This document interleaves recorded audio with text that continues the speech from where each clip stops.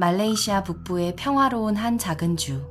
끝없이 펼쳐진 푸른 논과 느릿하게 흐르던 시간이 있던 곳이었습니다. 그곳은 말레이시아의 쌀 창고라고 불릴 만큼 고요한, 그저 평범한 일상이 흘러가던 곳이었죠. 하지만 그 평온은 너무나도 허무하게 깨지고 말았습니다. 때는 2006년 1월의 어느 저녁. 24살의 한 젊은 여성이 동생을 태우고 인근 골프클럽으로 조깅을 나섰습니다. 일주일 뒤면 회사 파견으로 독일행 비행기에 오를 예정이었던, 미래가 정말 찬란히 빛나던 여성이었죠. 그런데 주이시 씨는 다시는 집으로 돌아오지 못했습니다. 그날 새벽, 골프클럽 근처의 어느 덤불 속, 핏자국이 번진 옷은 목까지 끌어올려져 있었고 하반신은 그대로 노출된 채였습니다. 그녀의 몸에는 무려 50군데가 넘는 칼자국이 남아 있었어요. 주희 씨는 이미 싸늘하게 식어 있었습니다. 그런데 말이죠. 시신에서 채취된 정액 DNA는 훗날 한 유력 가문 아들의 것으로 밝혀지게 됩니다. 다토라는 명예 칭호를 가진 보석상의 아들. 그는 수사망이 좁혀오자 단 나흘 만에 호주로 도주해버립니다. 그는 도대체 무엇이 두려워 그토록 다급히 도망쳐야 했던 걸까요? 그리고 이 사건은 무려 18년 동안 말레이시아 전체를 분노로 들끓게 만든 한 거대한 비극의 시작이었습니다. 그 저녁, 골프장 근처 풀숲에서는 도대체 무슨 일이 벌어졌던 걸까요? 안녕하세요, 여러분. 오늘은 말레이시아 사법 역사상 가장 악명 높은 살인사건 중 하나로 꼽히는 주윗살인 사건을 함께 살펴보려 합니다. 모든 비극은 너무나도 평범한 저녁에서 시작되었습니다. 그 누구도 그날의 짧은 외출이 한 가족의 인생을 송두리째 무너뜨릴 거라고는 상상조차 못했죠. 시간을 거슬러 2006년 1월 14일 저녁으로 잠시 돌아가 보겠습니다. 시계는 오후 5시를 가리키고 있었습니다. 주인영의 여동생 주이추는 그날따라 운동을 가고 싶었습니다. 처음에는 어머니에게 함께 가달라고 부탁했지만 어머니는 마침 일이 있어서 정중히 거절했죠. 그러자 옆에서 듣고 있던 언니 주일언이 별 망설임 없이 동생을 데리고 나섰습니다. 그게 자매의 마지막 외출이 될 줄은 그 누구도 몰랐죠. 두 사람은 오토바이를 타고 집에서 약 1.5km 떨어진 신타양 골프클럽으로 향했습니다. 운동신경이 뛰어났던 주희 씨는 그곳에서 자주 조깅을 즐기곤 했어요. 검은 띠의 태권도 실력자였고 농구와 사진을 사랑했죠. 누구보다 활기 넘치는 사람이었습니다. 골프클럽에 도착한 두 자매는 곧바로 트랙을 따라 달리기 시작했습니다. 체력이 좋았던 주이서는 금세 앞서 나갔고 동생의 시야에서 천천히 사라져갔죠. 그렇게 혼자 달리던 주이추는 곧 이상한 광경 하나를 목격하게 됩니다. 짙게 썬팅된 검은색 SUV 한 대가 굉음을 내며 그녀의 옆을 빠르게 스쳐 지나간 거예요. 그런데 잠시 뒤 그 차는 다시 돌아왔습니다. 그리고 또 한 번 그녀의 옆을 거칠게 스쳐 지나갑니다. 그 차 안에는 과연 누가 타고 있었을까요? 한 바퀴를 모두 돈 주이추는 자매가 미리 약속한 장소로 돌아왔습니다. 그런데 그곳에 있어야 할 언니의 모습이 어디에도 보이지 않았어요. 언니가 지루해서 먼저 집에 갔나 보다. 동생은 그렇게 생각하며 무거운 발걸음을 돌렸습니다. 하지만 집에 도착한 순간 그 안일한 추측은 그대로 무너져 내렸습니다. 언니는 단 한 발자국도 집 안에 들어선 적이 없었던 거예요. 불길한 예감이 어린 동생의 가슴을 짓눌렀어요. 주이춘 씨는 곧바로 다시 골프클럽으로 향했고 그곳에서 차마 믿기 힘든 광경을 마주하게 됩니다. 언니가 머리에 두르던 머리띠 하나, 한 켤레의 운동화, 그리고 바닥에 흥건히 고여있는 핏자국. 그 순간 시간은 멈춘 듯 했습니다. 그때 마침 인근을 순찰하던 경찰관 한 명이 눈에 들어왔어요. 주이춘 씨는 다급히 달려가 언니가 사라졌고 핏자국이 발견됐다며 도움을 청했죠. 그런데 그 경찰관의 반응은 지금까지도 많은 사람들의 분노를 사고 있습니다. 그 핏자국은 아마 예전에 교통사고가 났던 자리일 거예요. 그는 그 한마디만 남긴 채 미련 없이 자리를 떠나버립니다. 만약 그 순간 그 경찰이 단 한 번이라도 진지하게 귀를 기울여 줬더라면 어쩌면 그날의 결말은 정말 달랐을지도 모르는 일이었습니다. 휴대전화도 없던 어린 소녀는 결국 집까지 다시 달려가 어머니에게 모든 걸 알렸습니다. 신고가 접수됐고 40명 규모의 경찰 수색대가 가족과 친구들과 함께 일대를 샅샅이 뒤지기 시작했어요. 하지만 그 수색은 길게 이어지지 못했습니다. 주위이 사라진 지 정확히 9시간만.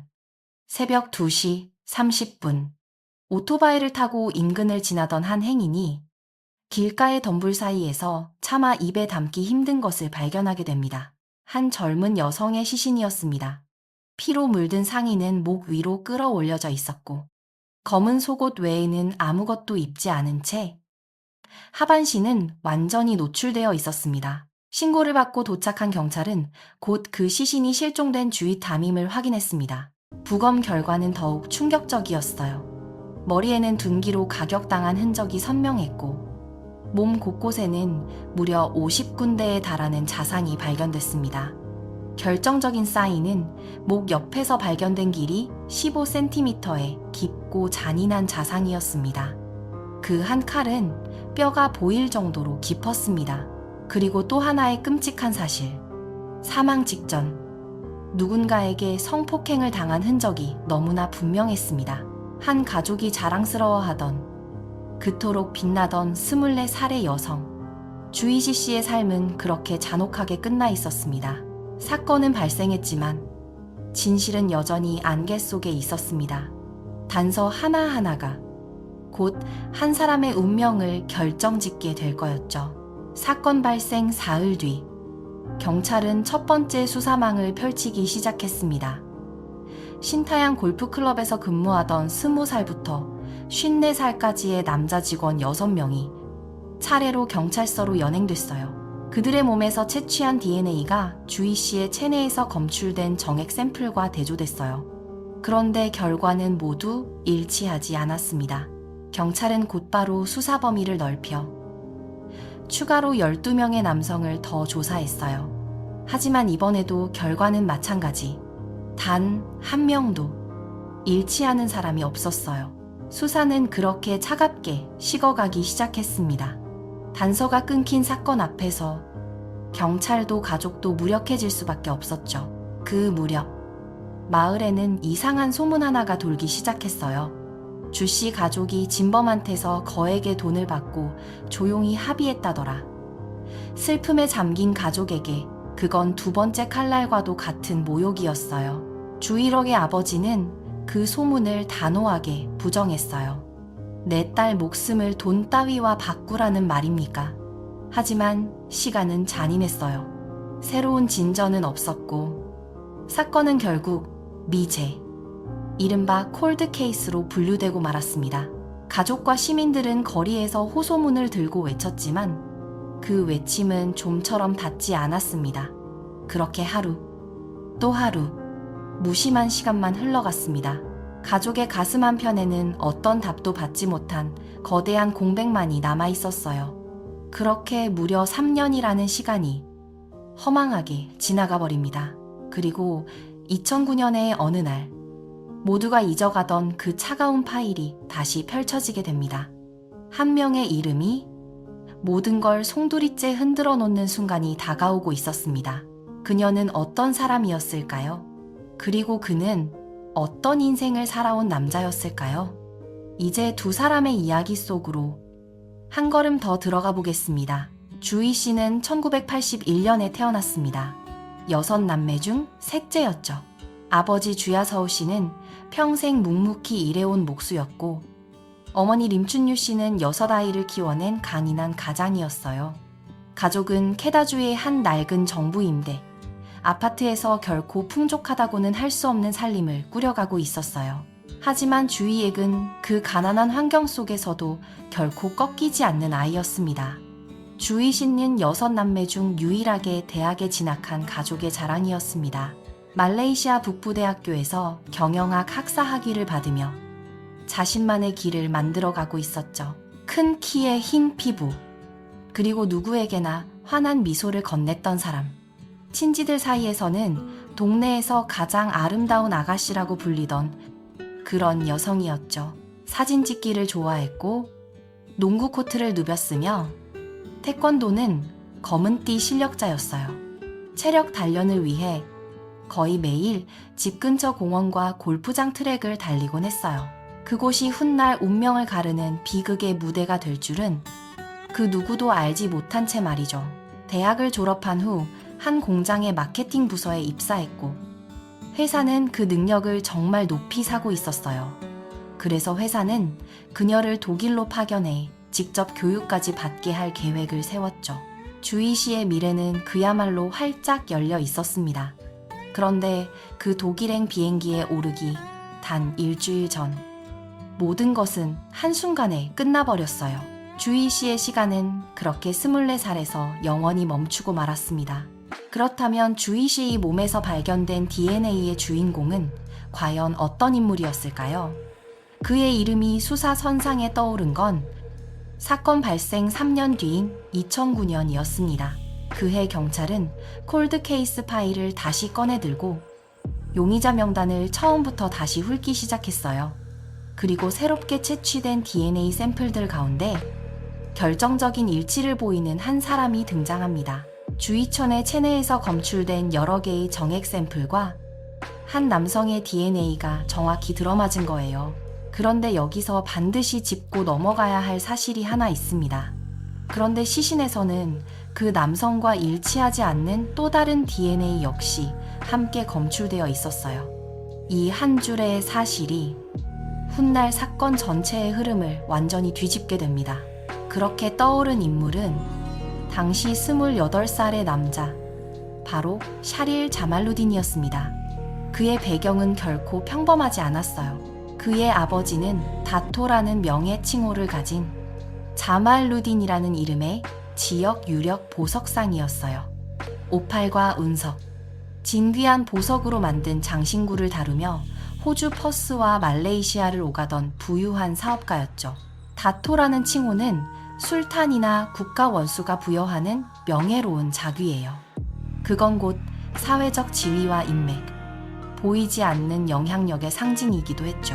그런 가문의 아들이었던 샤릴은 그야말로 부족함 없는 인생을 살아왔습니다.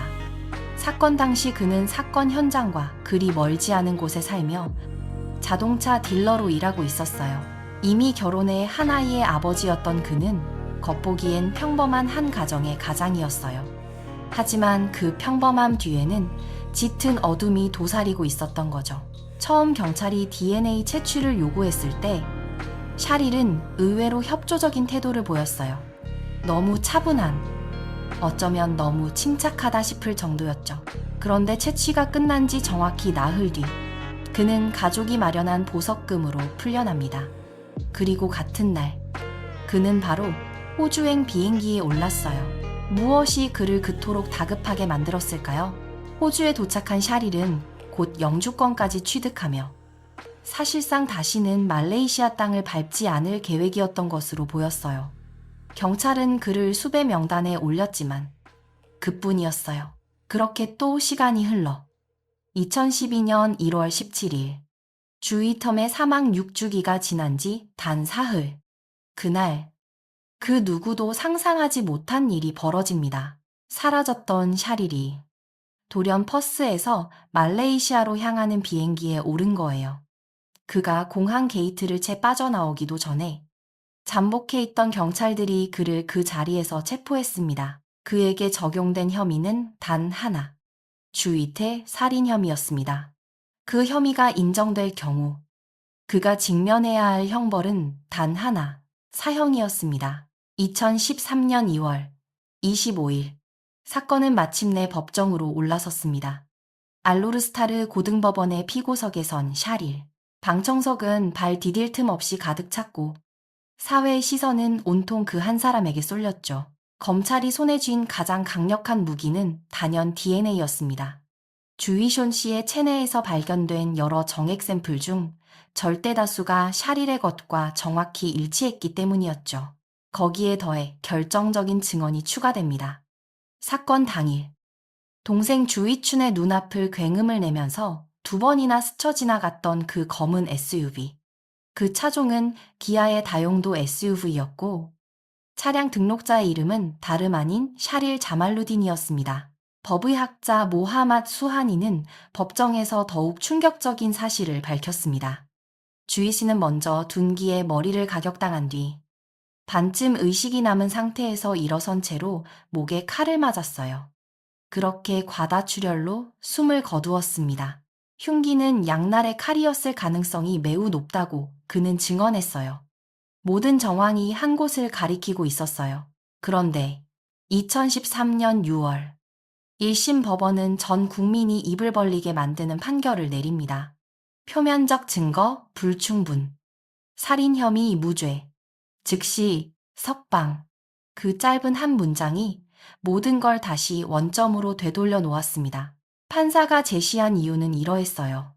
첫째, 짙게 썬팅된 차창 너머의 운전자가 반드시 샤릴이라고 단정할 수 없다.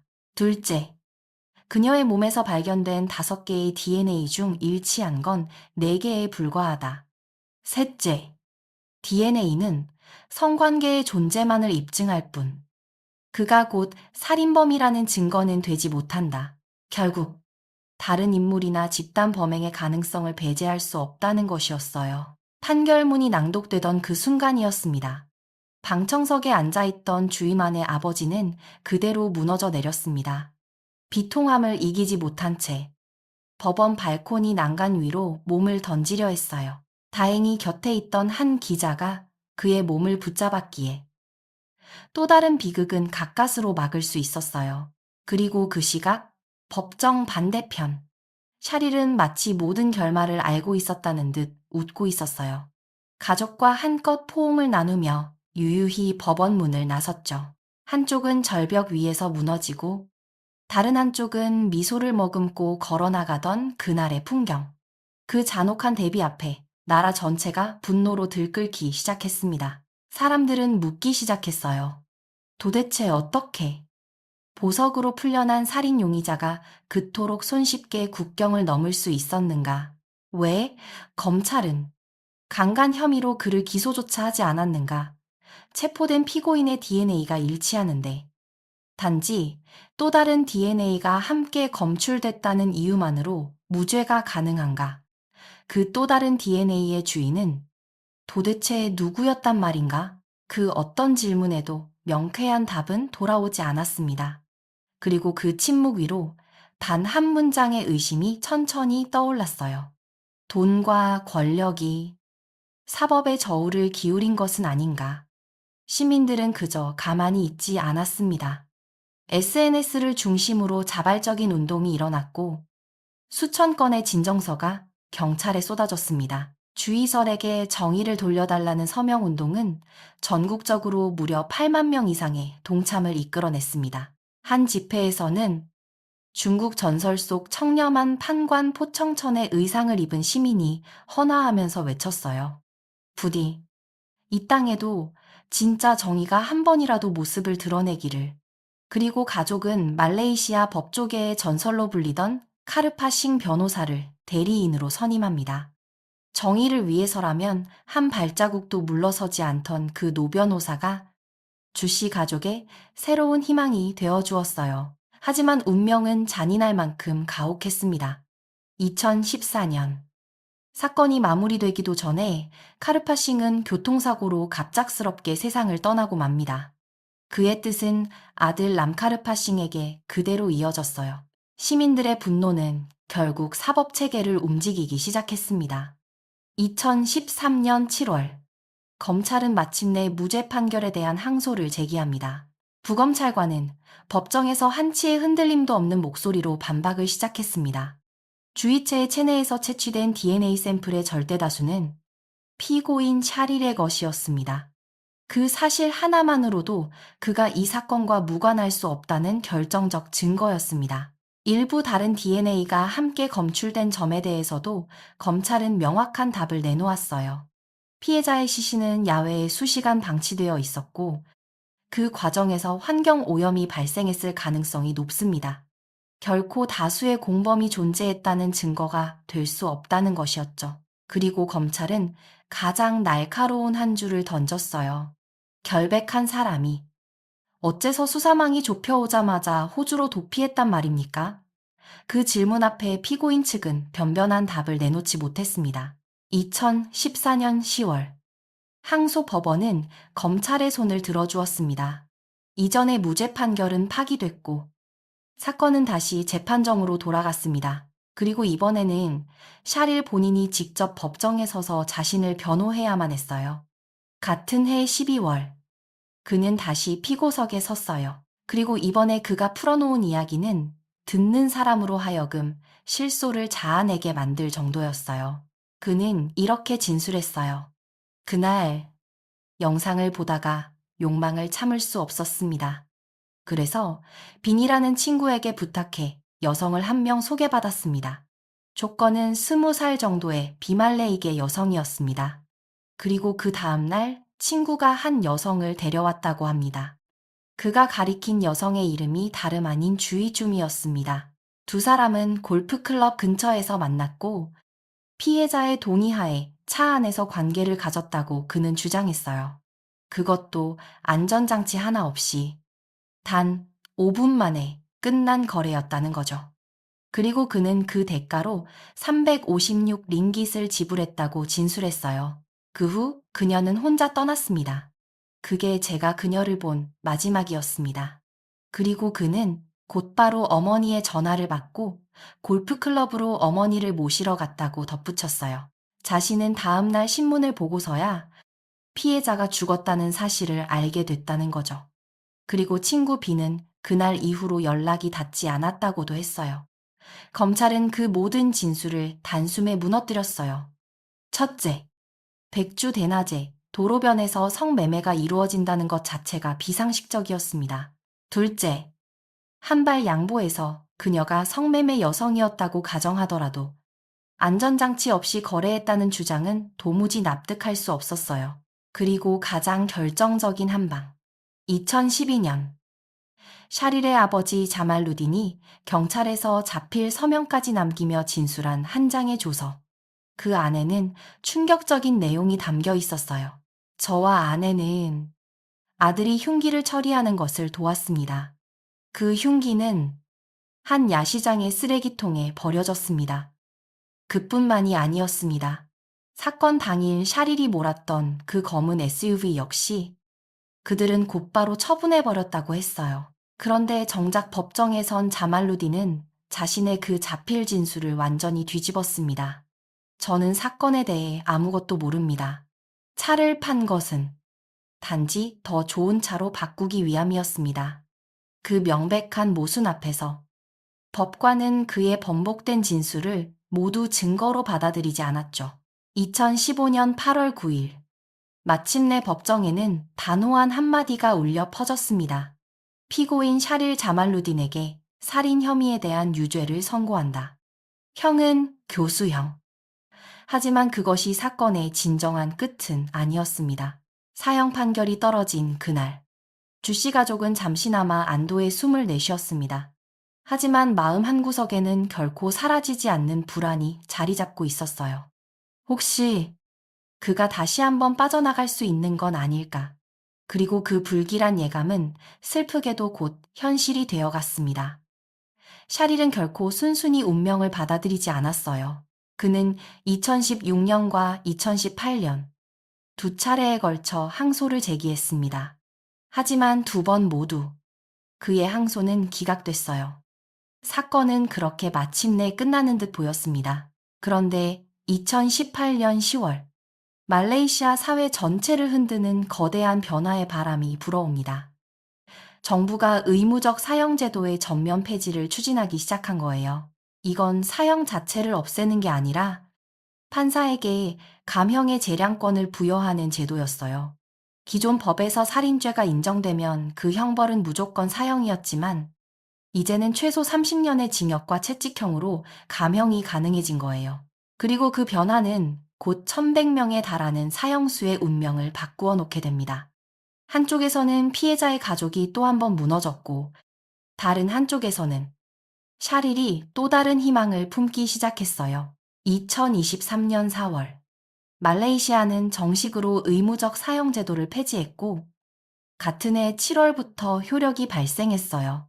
그리고 2024년 5월 29일, 샤릴에게 재양형 심리의 기회가 주어졌어요. 그의 변호인은 법정에서 이렇게 호소했습니다. 최근 피고인의 아버지가 세상을 떠나 피고인은 큰 충격에 빠져 있습니다.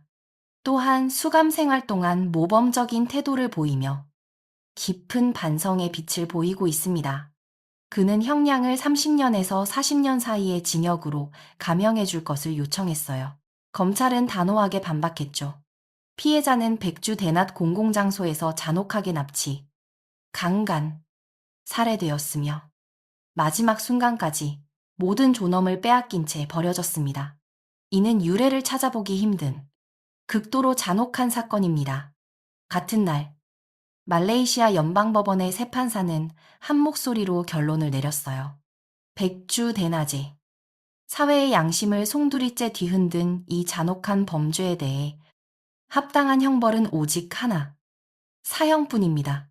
그렇게 18년에 걸친 길고 잔혹한 시간이 마침내 한자리에 멈춰 섰습니다. 케다주의 푸른 논 위로 오늘도 변함없이 해가 떠오릅니다. 하지만 그 들녘 어딘가에는 영원히 24살에 멈춰버린 한 여성의 그림자가 여전히 남아 있습니다. 정의는 때로 우리가 견디기 힘들 만큼 더디게 도착합니다. 하지만 18년이라는 시간이 증명하듯 진실은 결코 영원히 묻히지 않아요. 혹시 지금 당신은 누군가의 침묵 앞에서 너무 쉽게 고개를 돌리고 있진 않으신가요? 한 통의 신고, 한 번의 진지한 귀 기울임이 누군가의 인생을 송두리째 바꿀 수도 있다는 사실을 당신은 잊고 있진 않으신가요? 당신의 작은 관심 하나가 또 다른 주위남을 지켜낼 수 있는 마지막 골든타임이 될지도 모릅니다.